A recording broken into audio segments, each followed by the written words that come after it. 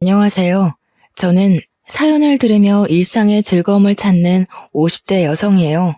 영상 쪽 일을 하고 있어서 영상으로 사연을 담는 일은 해봤지만 이렇게 음성으로 사연을 보내는 건 이번이 처음이라 저도 괜스레 설레고 떨리네요.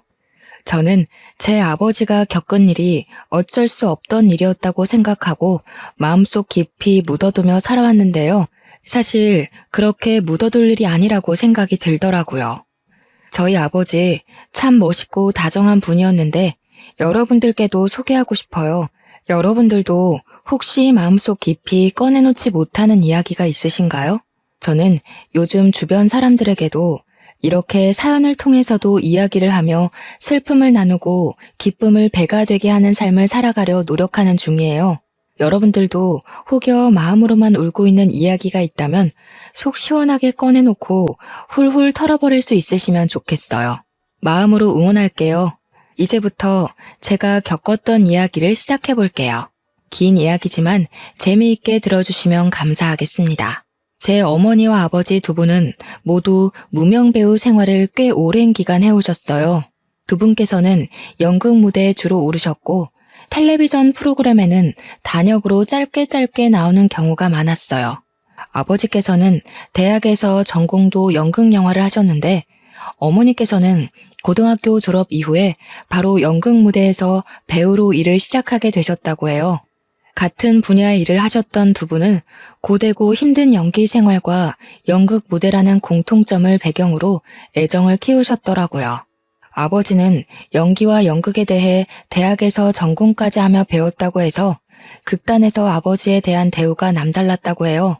하지만 어머니께서는 처음부터 배우를 하시기보다는 연극 홍보용 포스터를 그리고 칠하고 만들어서 사람들한테 홍보하는 소위 말하는 삐끼 역할을 하기도 하고 연극 무대의 소품을 만들고 무대의 뒷배경을 만들기도 하는 잡일들을 오랫동안 했다고 해요. 그래도 자신의 꿈을 이루는 과정이라 생각하고 누구보다 땀 흘리며 열심히 극단에서 일을 했고요. 그런 어머니의 진가를 알아보신 아버지께서 어머니를 배우로서 추천을 하시고 서로 상대 배우로서 역할을 하며 연기를 하기도 하며 마음을 키우기 시작하신 것이었죠. 저희 부모님 두 분의 순수한 러브스토리 텔레비전 드라마에서나 나올 법하지 않나요?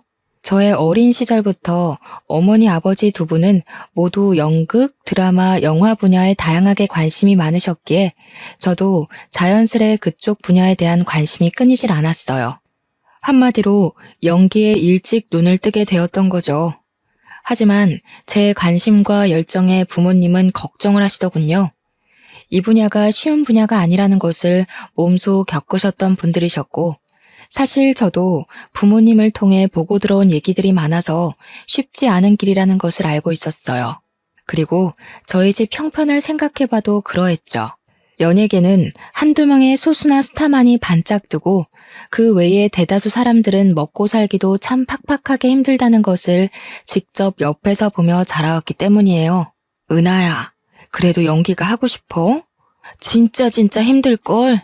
배고프고 힘든 순간이 예쁘고 신나는 순간들보다 훨씬 많을 거야. 응, 엄마, 그래도 나 연기할 거야. 엄마 아빠 보면 힘들어도 연기하면서 행복하잖아요. 그니까 포기 안 하고 연기하고 있는 거고. 어이구, 그래. 우리 은하 큰딸 대견하네. 힘든 길이라는 것을 알면서도 씩씩하게 하려는 마음이 아주 이뻐. 어머니 아버지의 젊은 시절 동료라고 할 수 있는 친구분들 중에서 중년의 나이가 되실 때까지 연극이나 연기 쪽으로 일을 하시는 경우는 정말 드물었어요. 아니, 거의 없다고 말하는 게 맞는 정도였죠. 부부인데 두 분 모두 연기 생활을 하고 계시는 경우는 저희 부모님이 유일한 정도였죠. 어려운 환경일지라도 연기를 계속 꾸준히 하실 수 있으셨던 원동력은 연기를 본업으로 생각하고 열정을 다하면서도 겸업을 하셨기 때문이에요. 아버지께서는 개인 택시를 운전하셨어요. 회사에 얽매여 있지 않아서 자유로이 일할 수 있는 게 참 좋다며 즐겁게 일을 하셨죠. 연기를 하면서 이렇게 일도 할 수 있다는 게 난 참 좋다. 은하랑 지아랑 두 딸이랑 밥도 자주 먹고 놀기도 자주 놀고 그러면서도 일할 수 있는 게 얼마나 좋아. 어머니께서는 시장이나 마트를 돌아다니며 부족한 일손을 돕는 부업 일을 하셨어요. 워낙 고우신 외모와 성실하신 성품 덕에 일을 하는 곳 어디에서도 항상 인기가 좋으셨죠. 그렇게 제 부모님은 누구보다 열심히 살아가시면서 연기를 놓지 않고 지내셨어요. 저는 혈기왕성함으로 무장한 젊은 배우가 아닐지라도 열정이 넘치고 꿈을 포기하지 않는 부모님이 존경스러웠어요. 여느 때와 같이 아버지는 드라마의 조연으로 출연하는 일을 마치시고 새벽까지 개인 택시 일을 하고 계셨어요. 새벽에 트럭이 차선을 넘어와 아버지의 차를 들이받았고 아버지는 차와 부딪히고 가드레일에 치이셨어요. 양심이 있다면 사고 수습은 해야 하는 게 맞지 않겠어요? 저희 아버지 차량은 가드레일에 부딪혀서 차량의 형태도 못 알아보게 되었는데 사고를 낸 사람은 신고도 하지 않고 사고 차량을 몰고 바로 도주를 해버렸고요. 한마디로 뺑소니였던 거죠. 바로 신고라도 해줬더라면 지금의 아버지는 어떠실지 궁금하기도 하네요. 지나가던 차량들이 주춤거리다가 신고를 해줘서 구급대가 출동해서 아버지를 병원으로 이송할 수 있었고 경찰들이 사고 현장을 조사할 수 있었다고 해요. 범인을 찾기 위해 경찰들이 조사를 하고 저희 가족들은 사고 현장 근처에 현수막을 걸어두기도 했지만 역부족이었나 봐요. 하필이면 CCTV 사각지대에서 사고가 날 거라는 생각은 못했겠죠. 범인을 잡지 못한 분한 마음은 둘째치고 아버지께서 급작스러운 사고를 당하시고 병원 신세를 지게 되신 상황이 저희 가족에겐 더 큰 시련이었죠. 항상 가족의 기둥과 같은 분이셨는데 한순간에 이런 일이 일어날 줄 몰랐어요. 저와 동생 그리고 어머니께서 번갈아 가며 아버지 병간호를 했습니다. 몸을 움직이기도 어려운 수준이었기 때문에 갓난 아기를 돌보듯 모든 것을 저희 손을 통해 해야 했어요. 식사를 도와드리고 용변 보시는 것까지도 저희의 도움이 필요했죠. 저희도 어찌할 수 없는 저녁 시간에는 성인용 기저귀를 사용하셨는데 아버지께서는 어떤 것보다 그 점을 불편해하시고 싫어하셨어요. 어쩌면 부끄럽고 자식들 앞에서 못 볼 꼴을 보인다고 생각하셨던 것 같아요. 누구에게도 그렇게 의지하신 적이 없는 분이 본인 힘으로 할 수 있는 게 없고 화장실도 혼자 가지 못하다 보니 자존심이 많이 상해하셨죠. 아버지는 병원 생활을 무척이나 괴로워하셨어요. 이렇게 살 바에는 죽는 게 낫지, 죽는 게 나아. 아버지께서는 언젠가는 연기자로서 나중에는 노년 배우로서 당당하게 인정을 받을 거라 누누이 말씀하셨어요. 사고를 당하시게 되고 그 꿈을 이루지 못할 수도 있겠다는 좌절감이 크셨던 것 같아요. 어머니께서도 겸업을 하시며 연기 생활을 이어왔지만 도저히 불가능하다는 생각을 하시고는 풀타임으로 시장과 마트를 오가시며 아버지의 병원비를 벌기 위해 2배, 3배로 일을 더 하실 수밖에 없었어요. 그래도 내가 일 좀 더 할 수 있냐고 부탁했을 때 내치지 않고 일감들을 넉넉하게 주시는 게 나는 얼마나 다행인지 싶어. 저희 가족은 아버지가 나아지실 거라는 희망을 품고 살아갔죠.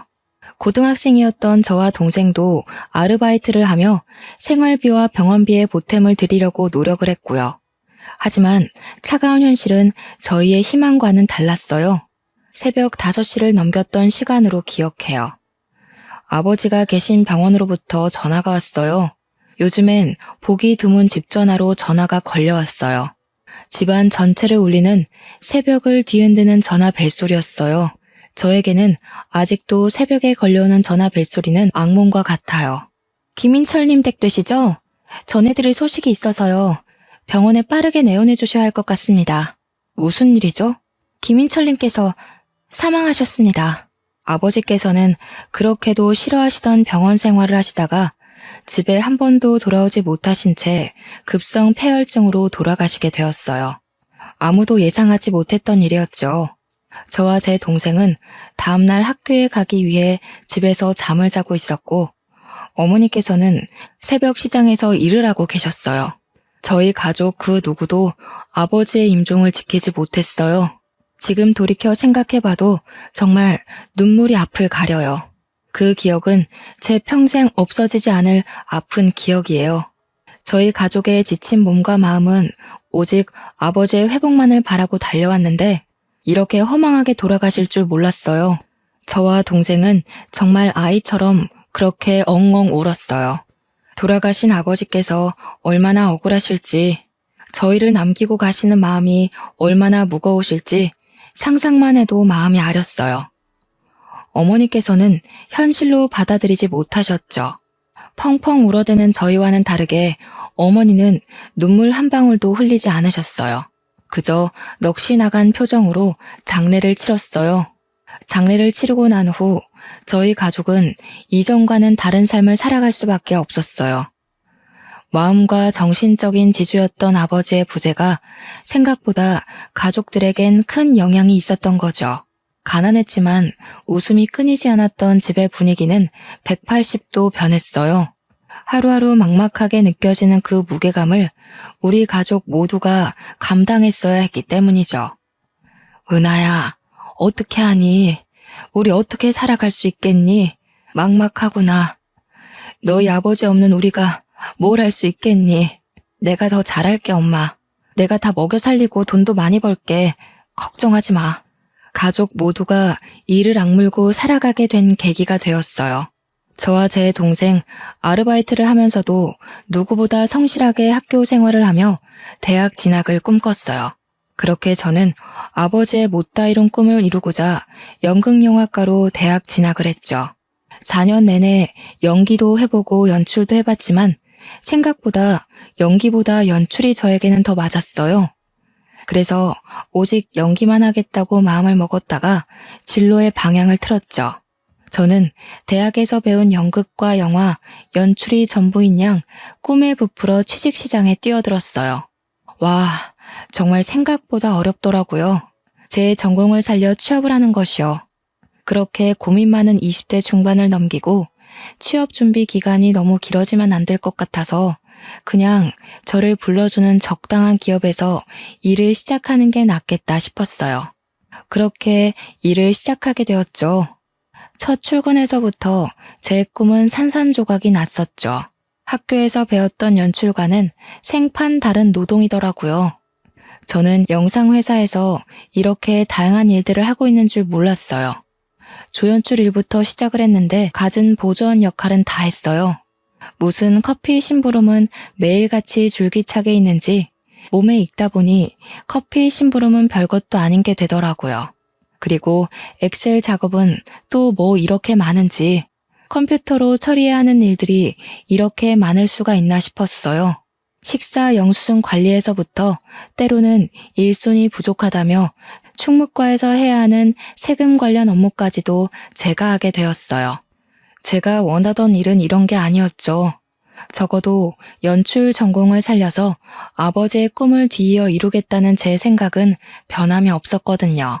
아버지 어머니께서 연기를 하셨지만 저는 두 분의 진심 어린 연기를 어린 시절부터 봐왔기에 자신의 열정과 진심을 표현하는 연기자들, 사연들, 사람들을 영상으로 담고 싶어서 회사에 입사했는데 도대체 회사에서는 연출이나 연기와 관련된 업무는커녕 일부러 그러는 건지 다른 잡무들만 잔뜩 시키더군요. 하지만 저는 첫 술에 배부를 수 없는 거라 생각하고 저 스스로를 다지며 위로하며 일을 했어요. 이렇게 열심히 지내다 보면 제 진심을 알아주는 누군가가 있을 거라 생각했기 때문이죠. 저는 꼭 어머니 아버지 같은 진정한 배우를 모시고 영상에 담아내는 PD가 되고 싶었어요. 앞서 말한 것처럼 견디기 어려운 잡무들로 인한 스트레스가 엄청났다는 것은 사실이었네요. 정말 내가 원한 길이 이 길인가? 부모님은 도대체 어떻게 이렇게 힘든 과정을 인내하고 연기 생활을 하신 것일까? 고민이 참 많았던 시기였죠. 지금에서야 돌이켜 생각해보면 영상회사에서 영상이 아닌 다른 분야의 일들에 대해 다양하게 배울 수 있는 기회였다고 생각을 하지만 당시만 해도 이렇게 쉽게 생각하기 어려운 상황이었어요. 이 일을 시작하고 어언 5년 차가 되었던 시기였어요. 일을 다니던 5년간 매년 영수증 관리나 시켰던 상사가 웬일로 저에게 영상 소재에 대해 같이 회의해보자고 제안을 했어요. 평소 그려왔던 다큐멘터리에 대해 신나게 말씀드렸죠. 회사에서 제대로 설명드리기 위해서 회의 자료들도 정말 열심히 만들어가고 PPT 작업까지도 해서 프레젠테이션을 발표했죠. 제가 오랫동안 기획해온 다큐멘터리 내용입니다. 모두가 주인공에만 스포트라이트를 비추고 박수를 쳐줄 때 누군가는 분명히 단역 조연으로 스포트라이트 밖에서 최선을 다하고 있죠. 이걸 저희 다큐에서 담으면 좋을 것 같아요. 제 열정에 대해 좋게 봐주신 것인지 여태 한 번도 없었던 인물과 장소 섭외에 대해 저에게 완전 일임을 해주셨어요. 아이디어를 더 디테일하게 내면서 어떤 영상 작품을 만들지 즐거운 고민이 시작됐죠. 몸은 힘들지라도 내 아이디어가 담긴 영상 작품이 생긴다는 마음에 굉장히 들뜨더라고요. 제가 어린 시절부터 꿈꾸듯 그려왔던 작품을 해야겠다 마음먹었어요. 무명 배우 단역으로서의 삶을 담은 다큐멘터리. 작품을 만들게 되었어요. 누구에게도 말씀드리지 않고 처음으로 엄마에게 출연이 가능하실지 제의를 드렸어요. 엄마, 여태껏 엄마가 아닌 다른 사람들이 주인공인 무대에 많이 섰잖아요. 이번에는 엄마가 주인공인 무대 어때요? 내가 다큐멘터리 하나 만들게 되었는데 엄마가 주인공이었으면 해서. 어머, 너무 잘 됐다. 작품 만들고 싶어 했던 건 오래전부터의 일인데 벌써 몇 년 동안 회사 생활을 하고 결국 네 작품을 만드는구나. 고생 끝에 정말 낙이 온다더니 축하해 딸. 그런데 엄마는 너무 늙고 못나서 출연하긴 좀 그래. 아니, 엄마가 어디가 어때서 그래요. 엄마만큼 고운 사람도 엄마만큼 성실한 배우도 본 적이 없어. 난 정말 내 작품이니까 꼭 엄마가 나와줬으면 해요. 아빠는 보고 싶고 출연을 부탁드리고 싶어도 이제는 그럴 수가 없잖아. 엄마가 꼭 주인공이 되어줘요. 어렵다는 엄마의 손사래에도 불구하고 저는 끈질기게 엄마를 설득했어요. 주인공이 엄마 혼자는 아니니까 너무 부담 갖지 않아도 된다는 점과 엄마의 진실한 이야기를 누군가에게 들려줄 수 있다는 것이 얼마나 큰 기회냐고 말씀드렸죠. 엄마는 생업이 바빠 연기 생활을 그만둔 지 오래라며 걱정하셨지만 어쩔 수 없이 그만뒀던 연기였기에 그만큼 연기에 대한 아쉬움이 남으시기도 하셨던 것 같아요. 결국 제 설득 끝에 출연을 하시기로 했죠. 엄마, 아버지 돌아가시고 연기 생활하고 싶어도 못했잖아요. 그 한을 좀 풀자. 우리 엄마 예쁜 얼굴 아깝단 말이야. 딸내미가 만드는 영상에 출연한다는 것도 얼마나 기분 좋은 일이야. 한번 나와줘요, 안배우님. 어머니를 필두로 다양한 단역 배우들을 섭외하고 다큐멘터리를 찍게 되었어요. 촬영 배경은 주로 대학로나 여의도였고요. 연극이나 방송을 짧게 하시는 경우가 많았고 대부분 사업을 하시거나 다른 일을 병행하면서 연기를 하셔서 양해를 구하며 촬영을 하게 되었죠. 아이고, 참 내가 뭐라고 이렇게 또 방송을 타게 해주나. 너무 고마워요. 촬영하시는 분들 고생이 많네요. 은하도 그렇고. 어머니가 주인공인 방송은 처음이시죠? 떨리실 것 같아요. 그래도 최대한 긴장 풀고 편히 말씀해 주세요. 인터뷰 형식으로 진행되다 보니 어렵지 않으실 거예요. 엄마가 겪어온 이야기, 연기에 대한 생각들 솔직하게만 이야기하시면 돼요. 저희 어머니는 주로 인터뷰 형식으로 촬영을 했어요. 이전에 어떤 사연이 있었는지를 말씀해 주셨죠. 어머니의 남편, 제 아버지와 연기로 만나고 사랑을 키워 아이들까지 낳아 키웠지만 허망한 사고로 먼저 이 세상을 떠났다는 이야기를 담았어요. 연기자에 대한 이야기인데 어머니의 사연이 사연인지라 뺑소니 사고에 대한 이야기를 길게 하시더라고요. 저도 방송을 통해 어떻게 해서든 범인을 찾고 싶었던 사심도 있었고요. 어떻게 CCTV도 제대로 없고 목격자 한 명도 없는 사고라는 것이 존재할 수 있는 것이고 그 사고의 당사자가 저희 아버지가 될 수 있는 것이었을까요? 그로 인해 목숨까지 잃게 되신 저희 아버지. 어머니께서 눈물을 억지로 눌러 참으시며 아버지 이야기를 꺼내시는데 저희 스태프 모두 눈물을 함께 훔칠 수밖에 없었어요. 그런 일이 있었던 건 몰랐어요. 은하 PD 고생 많았네요. 진짜 텔레비전에 나올 만한 사연인데요. 어떻게 뺑소니 범인을 못 잡을 수가 있지? 여태까지. 가족들 다 마음고생 무지하게 심했겠다. 그렇죠. 우리 가족 마음고생 심했지. 그래도 그 일을 계기로 이악 물고 살아서 내가 이렇게 PD도 하고 있는 게 아닐까 싶긴 해요. 억울하긴 해도 우리 가족 눈 감고 귀 막고 열심히 살았지 뭐. 또 영상이 담긴 한 분의 경우는 배달 일을 하시며 연기 생활을 오랫동안 병행해 오시기도 했어요. 사실 배달 일을 하면 몸도 얼굴도 상하고 정말 필요한 일인데 연기에 대한 열정이 있어도 연기만으로는 도저히 월세만 해도 감당하기 어려울 정도였기 때문이라고 하셨죠. 저희 부모님 외에도 다양한 단역분들의 애환과 감동을 담은 다큐멘터리는 꽤 오랜 기간 시간이 걸려 최종적으로 완성이 되었어요. 영상으로 찍는 것도 오래 걸리지만 편집을 하고 컴퓨터 그래픽과 자막을 넣고 수정을 하고 완벽한 영상물을 만드는 데까지가 꽤 오랜 시간이 걸리는 작업이었죠. 이제 다큐멘터리를 방송에 내보내기 전에 마지막 관문이 남아 있었습니다. 영상이 방송을 타기 전에 대표님의 컨펌이 필요했던 것이죠. 그래서 영상을 대표님께 보여드렸습니다. 긴장되고 떨리는 순간이었죠. 혹여나 마음에 들지 않으신다는 말씀을 하시면 완성된 영상일지라도 방송에 나가지 못할 테니 말짱 도루묵일 테니 말이에요. 우리 진짜 그동안 고생했다. 이제 마지막으로 조금만 더 힘내서 일해봅시다. 대표님 컨펌만 떨어지면 끝이야 끝. 그러게요. 드디어 끝이라는 게 보이기는 하네요. 와, 진짜 고생했다 우리.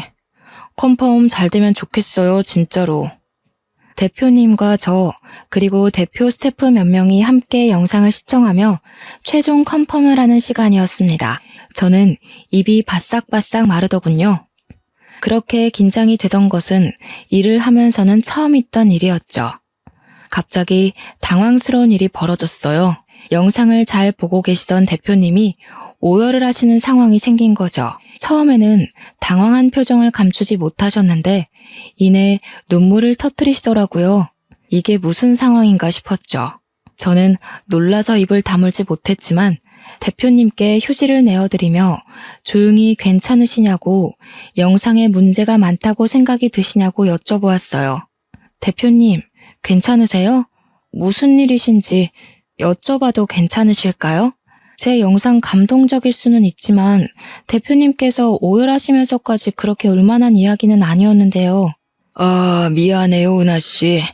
지금 내가 너무 마음이 가라앉지를 않아서 다음에 따로 시간 내서 말씀드릴게요. 저도 생각 정리 좀 해야 할 것 같아서요. 대표님의 뜬금없는 오열에 당황한 저와 스태프들은 침묵을 지키며 사무실에 각자 자리로 돌아왔습니다. 순간 저희의 노력이 물거품이 된 것만 같은 기분이 들었어요.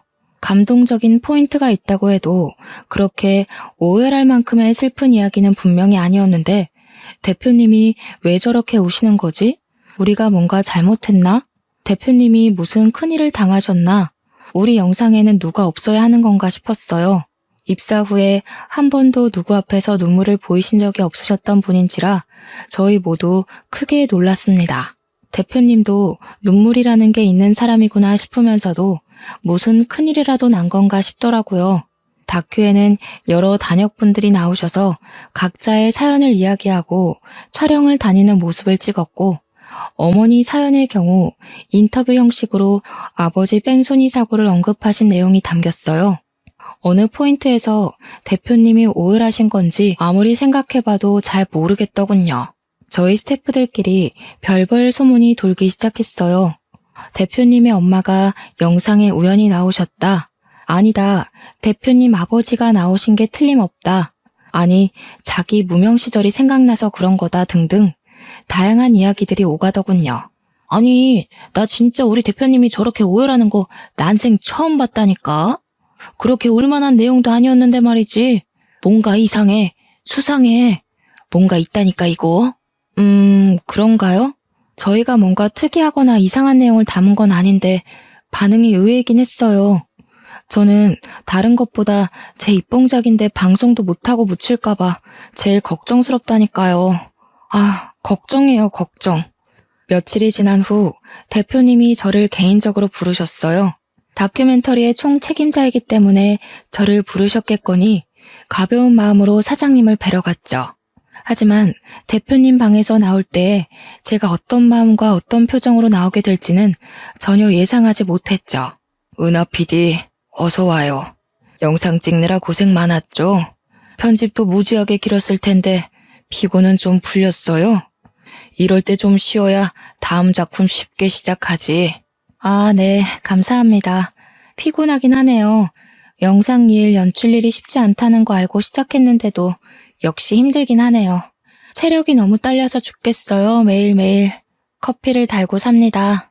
대표님은 괜찮으신 거죠? 아유, 그럼 나야 너무 괜찮지. 은하 PD 노고에 비하면 내가 뭐 비할 바가 아니지. 그런데 조금 어려운 이야기를 해볼까 해. 고민이 많았는데 계속 숨기는 건 도저히 은하 PD한테 예의가 아닌 것 같아서. 대표님이 무게를 잡으시며 하셨던 이야기는 상상 초월의 내용이었어요. 대표님은 어린 시절 아버지 밑에서 자라셨다고 해요.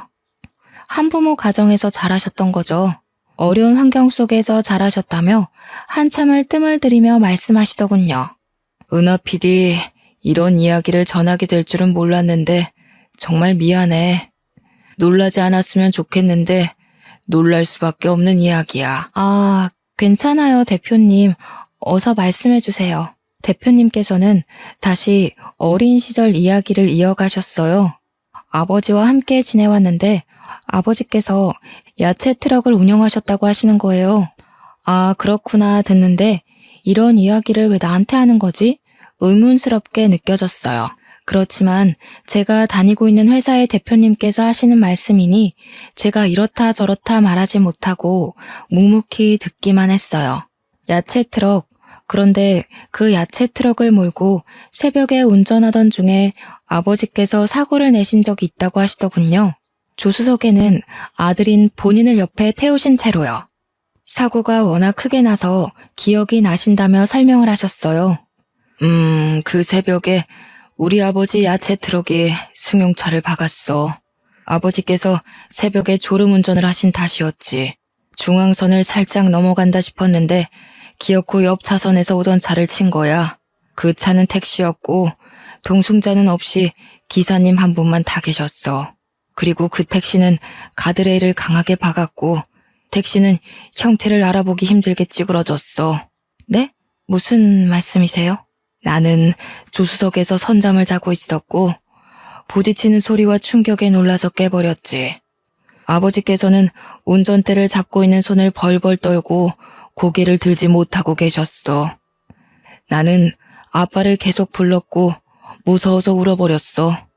그런데 아버지는 숙였던 고개를 들고 나를 한번 쳐다보시고 주위를 살피며 그대로 집으로 오셨어. 대표님은 계속 말씀을 이어가셨어요.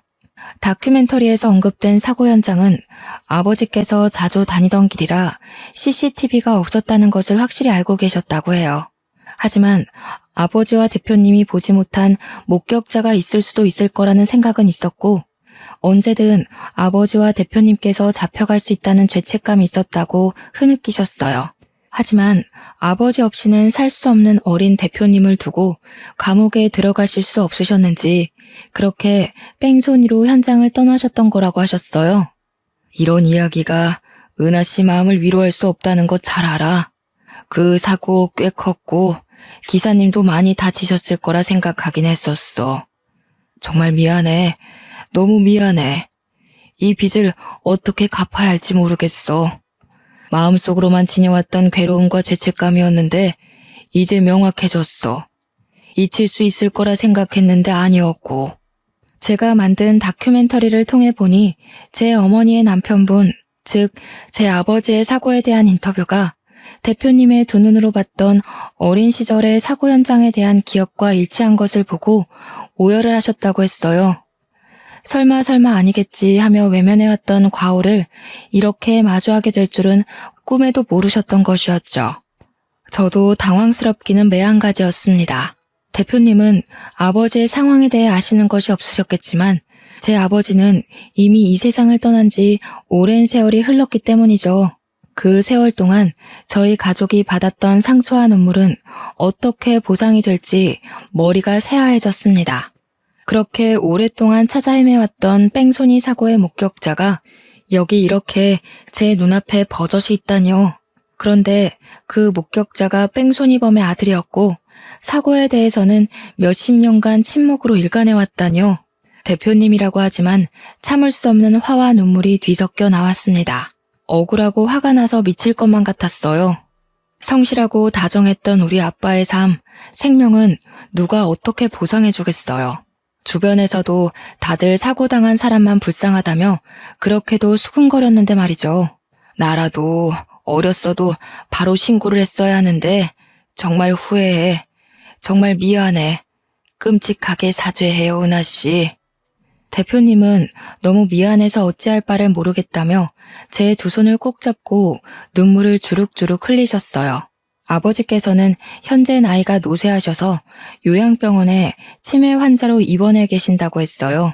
대표님 아버지께서 정말 죄인이고 본인도 마찬가지라며 아버지께서 이런 일을 겪게 되신 것 정말 마음 아프고 유감이라고 말씀하셨어요.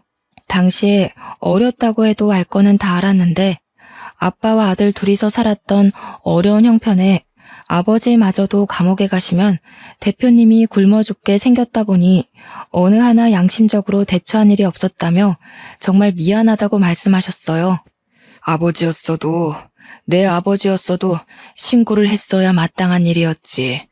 정말 죽을 죄였어요. 미안해. 아, 그런 사정이 있었을 거라 생각 못했어요.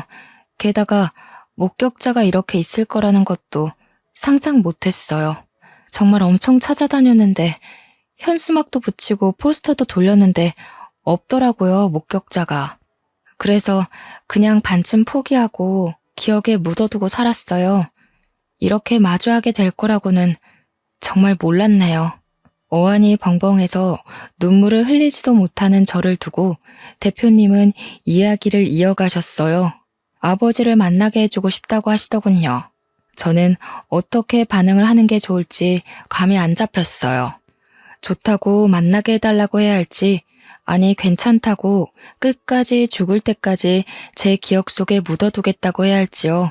대표님은 모든 사실을 알게 되었고 그 사고 가족이 우리 회사 직원인 것도 마음이 너무 아프다며 이렇게라도 찾게 되어서 다행이라고 평생의 마음의 짐이었으니 꼭 아버지를 만나줬으면 좋겠다고 부탁을 하셨어요. 저는 마음이 불편했어요. 돌아가신 저희 아버지는 어떻게 하고 이렇게 쉽게 과거를 용서할 수 있을까 싶었죠.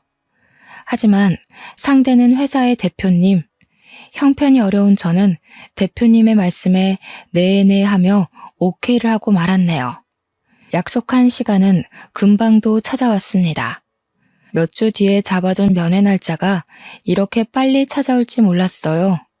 어머니와 동생에게 사실대로 이야기를 했다가는 정말 말 그대로 뒤집어지고 쓰러질 것만 같아서 우선 제가 먼저 대표님 아버지라는 분을 만나 뵙기로 했죠. 대표님의 차를 빌려 타고 함께 가는 길. 차 안의 고요한 침묵은 이상하리만치 현실감이 없었고 긴장감까지 맴돌았어요. 마치 전쟁에 나가는 병사들의 마음이 이랬을까 싶었어요. 가긴 가야 하는데 마주하긴 마주해야 하는데 뭘 어쩌지 싶은 마음에 정말 피하고 싶더군요. 그렇게 요양병원 앞에 도착을 했죠. 시간이 멈춰버렸으면 좋겠다는 생각밖에 들지 않았어요. 어린 시절부터 그려왔던 우리 아빠를 아프게 하고 죽게 만든 뺑소니범은 뿔 달리고 악마같이 생긴 나쁜 사람일 거라 생각했는데 그게 아닐 수도 있다는 가능성이 참 머릿속을 복잡하게 만들었어요. 은하 PD, 이쪽이야.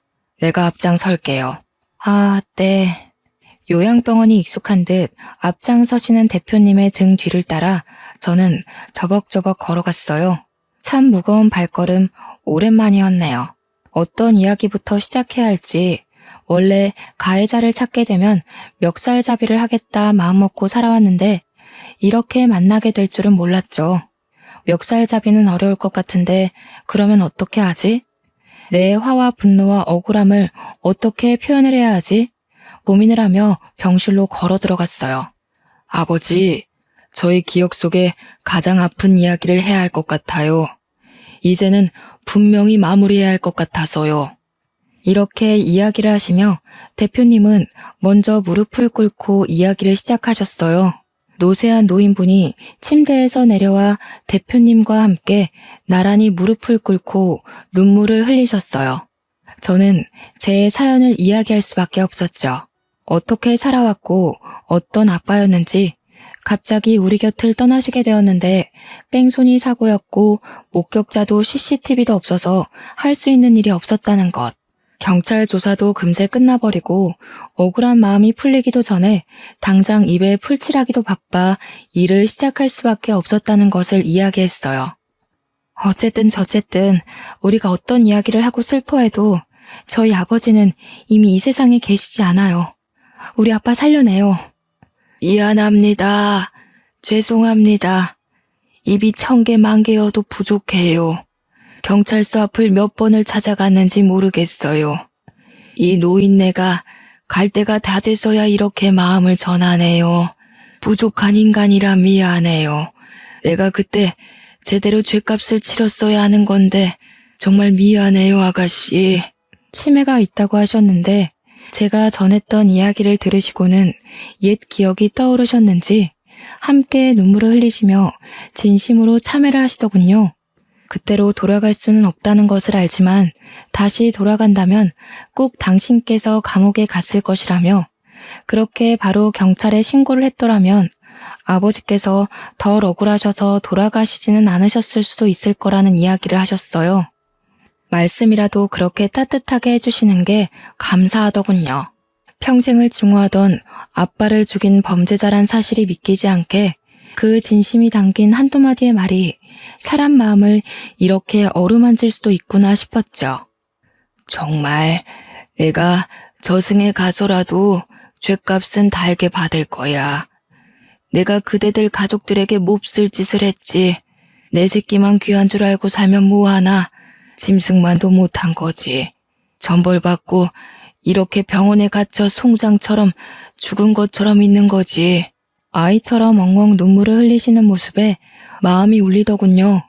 저희 아빠가 정말 안타깝고 억울하기도 하고, 이 사과와 대화로 모든 것들이 해결되지는 않겠지만 작게나마 실마리가 보이는 듯 했죠. 그동안 마음을 억눌러 오던 짐을 조금은 덜어놓은 것만 같았어요. 이후 제가 겪은 상황을 제 어머니와 동생에게 알렸고 정말 둘은 까무러치듯 놀라 자빠졌어요. 그래도 저희가 직면한 현실을 마주하고 해결해야 할 것들은 해결해야겠다 싶어서 어머니와 대표님과의 자리를 마련한 뒤 두 분의 독대가 있었습니다. 두 분만이 나눌 수 있는 이야기가 있었겠죠. 어머니는 대표님과의 대화 이후 아버지의 부재가 생긴 이래로 처음 보는 후련하고 홀가분한 표정을 지어 보이더라고요. 너희 아버지 그렇게 허망하게 가버리고 우리 얼마나 눈물로 매일을 보냈니? 범인도 못 잡고 뺑소니 사고라는 게 너무 억울해서 미치겠는데 그렇게 원망하며 우리 시간을 버린 것도 몇십 년이다.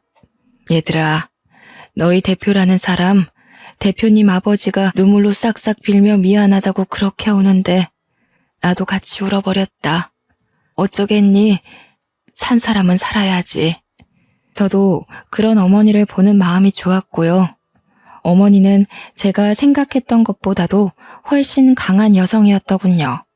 대표님과 대표님 아버지라는 사람들이 너무너무 밉고 죽을 만큼 싫었지만 이렇게 사정을 듣고 진심 어린 사과를 듣고 나니 산 사람은 또 살아가야 하는 것이 아니겠냐고, 죽은 사람을 어떻게 되살릴 수는 없지 않겠냐며 더 이상 당신네 가족을 원망하지 않겠다며 대화가 끝났다고 했어요. 이후 대표님은 미안하고 사죄하는 마음 작게라도 표현하고 싶다며 엄마와 저에게 회사 주식을 증여해 주셨어요. 미안한 마음 어떻게 표현을 해야 할지 모르겠고 이걸로 되지 않을 거란 것도 너무 잘 알지만 제 작은 마음이니 꼭 받아주세요. 회사 주식인데 그래도 우리 회사 꽤 잘 나가거든요. 알죠? 은하 PD는 알 거야. 미안하고 고마워서 그래. 일개 회사원이었던 내가 갑자기 대주주가 되어버리는 상황이 만들어진 거죠. 회사는 제 생각보다 좋은 곳이었나 봐요. 이후로 쭉 승승장구하며 기업의 크기가 커지다가 대기업에 합병되어 운영이 되었고, 저는 그 주식을 팔고 엄마와 동생과 함께 넉넉히 오붓하게 평화롭게 잘 살아가고 있어요. 이렇게 제 긴 이야기는 마무리가 됩니다. 연기하시는 부모님 밑에서 자라며 연기, 연극, 연출에 자연스럽게 관심을 가졌고, 운이 좋게도 대학 졸업 후 바로 영상회사에 취업하게 되어 쪼들리는 생활비 걱정은 접어두고 살 수 있었는데, 저를 뽑아준 회사 대표님께서 저희 아버지와 이렇게 관련이 있었던 사람이라고는 생각을 못했죠. 어떻게 생각하면 돌아가신 아버지께서 저를 끝까지 지켜주시고 도와주신 게 아닐까 싶어요. 그리고 억울하고 마음 아팠던 아버지에 대한 기억이 이제는 상처라기보단 아물어가는 흉터 같다는 생각이 들어요. 그 흉터를 돌아보면 불쌍한 우리 아빠 생각에 눈물이 앞을 가리지만, 그래도 우리가 이렇게 살아갈 수 있는 이유는 아버지시고, 우리가 이렇게 다시 잘 살아갈 수 있게 도와주신 분도 아버지라는 생각이 들어요. 아빠가 살아서 우리 가족과 함께 울고 웃을 수만 있으면 다른 소원이 없을 텐데, 정말 이제는 아버지에 대해 제대로 작별 인사를 해야 할 때인 것만 같아요. 저의 사연은 이렇게 마무리하겠습니다. 긴 사연을 들어주신 여러분, 정말로 감사합니다. 그리고 아버지에 대해 짧은 편지를 남길게요. 아버지, 항상 저희 곁에 함께 하신다는 거 잘 알고 있어요. 힘들 때마다 아버지 생각이 나지만 아버지를 생각하며 제 마음을 다잡을 수 있어요. 아빠, 너무 보고 싶어요. 하지만 저희 가족이 이 세상에서 행복하게 살아가는 것이 아버지한테는 가장 큰 바람일 거라는 생각이 들어요. 아빠, 제 아버지가 되어주셔서 감사해요. 다시 태어나도 아빠 딸이 되고 싶어요. 감사해요. 사랑해요.